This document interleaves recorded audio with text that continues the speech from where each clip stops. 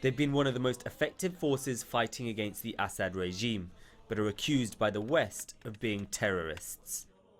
Jabhat Fath al Sham, or JFS, used to be called Jabhat al-Nusra, who are Al-Qaeda's branch in Syria. JFS, though, have officially broken ties with Al-Qaeda. Unlike ISIS, JFS have allied with more mainstream rebel groups and are seen as being a mainly local Syrian force. Their predecessor Nusra did clash at times with more secular opposition groups, and some worry about what kind of Syria they ultimately envisage. But many in the opposition see the priority now as tackling Assad, and JFS have been key in that. Under the terms of a new ceasefire though, JFS face being jointly targeted by both the Americans and Russians, who want other rebels to split away from them. I've been speaking to one of JFS's leading figures about the plans by the US and Russia to jointly target them and about their alleged continued links to Al-Qaeda. I emailed them questions and they videoed their responses and sent them over. I asked what impact he thought the joint US-Russian plans to attack JFS would have on them. Now this joint command is called the Joint Implementation Group, or the JIG. On the one hand, they call for a cessation of bombing of all civilian areas, but paradoxically, JFS is exempt from this ceasefire. Now the question is, where do they think JFS exists? They're not on another planet. They are part of the Syrian society. It's not uncommon to have one family with members from several groups living in the same house. They go fight and they come back to their houses with their families, with civilians. JFS is deeply embedded in society and cannot be singled out in any way. They don't govern an area on their own. They're not exclusive to any particular location. And America and Russia know this very, very well. Now, there are fair points here. JFS have worked well to establish links with other rebel groups and with Syrian society, unlike ISIS, for example. And as a result, there's an intermingling between them and other mainstream rebel groups. America has been trying to persuade those groups to ditch their allegiances with JFS to make it easier for America to hit JFS. In return, America says they'll stop Assad bombing the other rebels.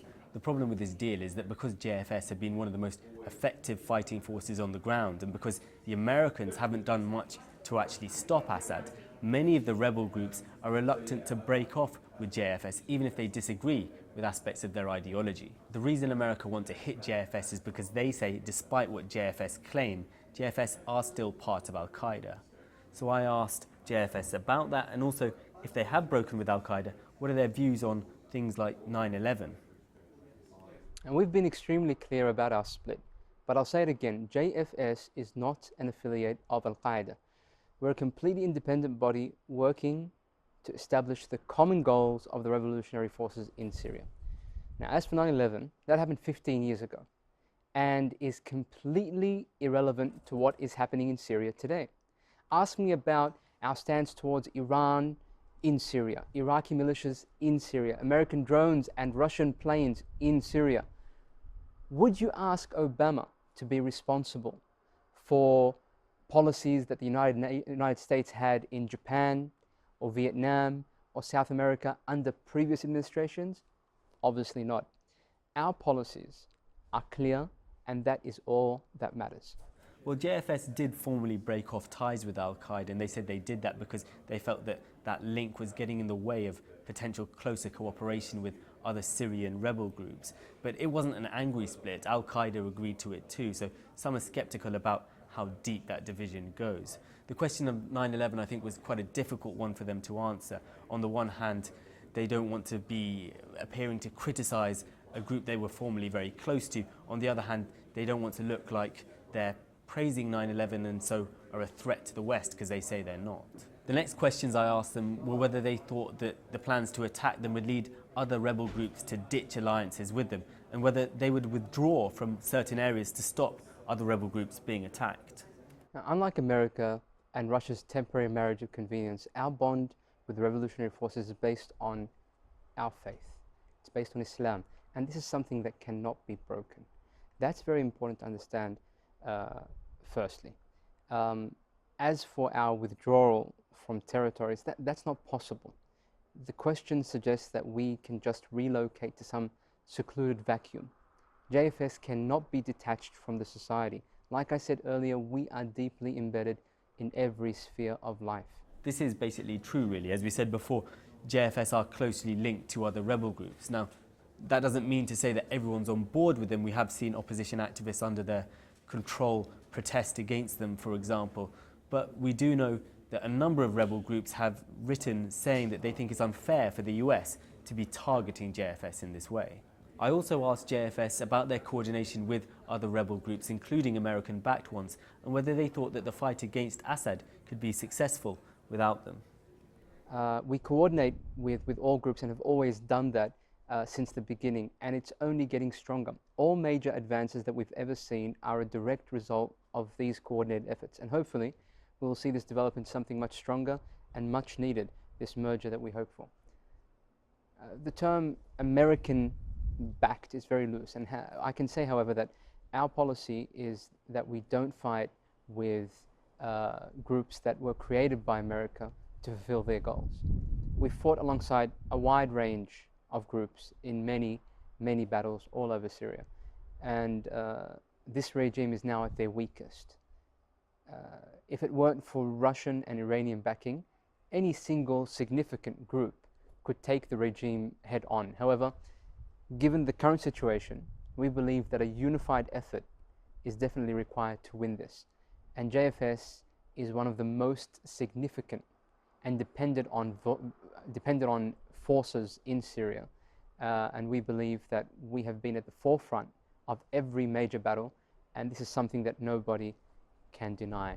The question is here, how will the other rebel groups respond to this potential increase in American targeting of JFS? Will they drop their alliances with JFS, or will they think that America isn't doing enough to control the Assad regime and that JFS still make the better ally? I also asked how JFS would respond to American attacks against them. Would they respond with their own attacks against America? And is it fair to categorize them as a threat to the West? Now, JFS was not established to fight anyone except the Assad regime and whoever allies with him. Our goal and scope have been extremely clear since day one. It is not us that are sending warplanes halfway across the globe and soldiers and drones to invade a foreign country. Who are the terrorists? Hezbollah and the PKK, both terrorist organizations according to the US. And they're actively and openly fighting in Syria. Why are they not targeted? America's doing a fine job to set itself up alongside Assad, Russia, and Iran as the enemy of the Syrian revolution and its people, not just against JFS. And everyone here is mature enough to recognize that reality. Obviously, we reserve the right to defend ourselves against any aggression. However, major decisions in Syria are not made independently, but through a consultative process among the different forces on the ground. America, of course, says it's actually helping the revolution by stopping Assad from bombing the other rebels. But the substantive point here is that JFS are being quite moderate in their response. They're not promising wild strikes against American interests. It's very different from what you might have expected from a jihadist group. And I think that says a lot about how JFS want to be perceived in the wider world. Now, the next question I asked was that, according to some analysts, JFS might have different tactics to ISIS, cooperating alongside other rebel groups, whereas ISIS fights against other rebel groups, for example. But that ultimately JFS share the same ideology as ISIS, and that they want to create a Syria akin to the kind of caliphate that ISIS says it's created. Comparing us to IS is preposterous. They've excommunicated the Muslims according to their unorthodox understanding of Islam. They've labeled all the different groups in Syria, including JFS, as apostates. They're isolationists. They totally disregard all the efforts of other Muslims in the world. I think the differences between us and them are extremely clear. Our proposed project is in agreement with the general aspirations of all Muslims in Syria. That is to establish a just governance based on the faith of the people of the land, independent of all powers seeking to make us subservient to them. I think it's very clear that certainly to most people in Syria, JFS are a very different kettle of fish to ISIS.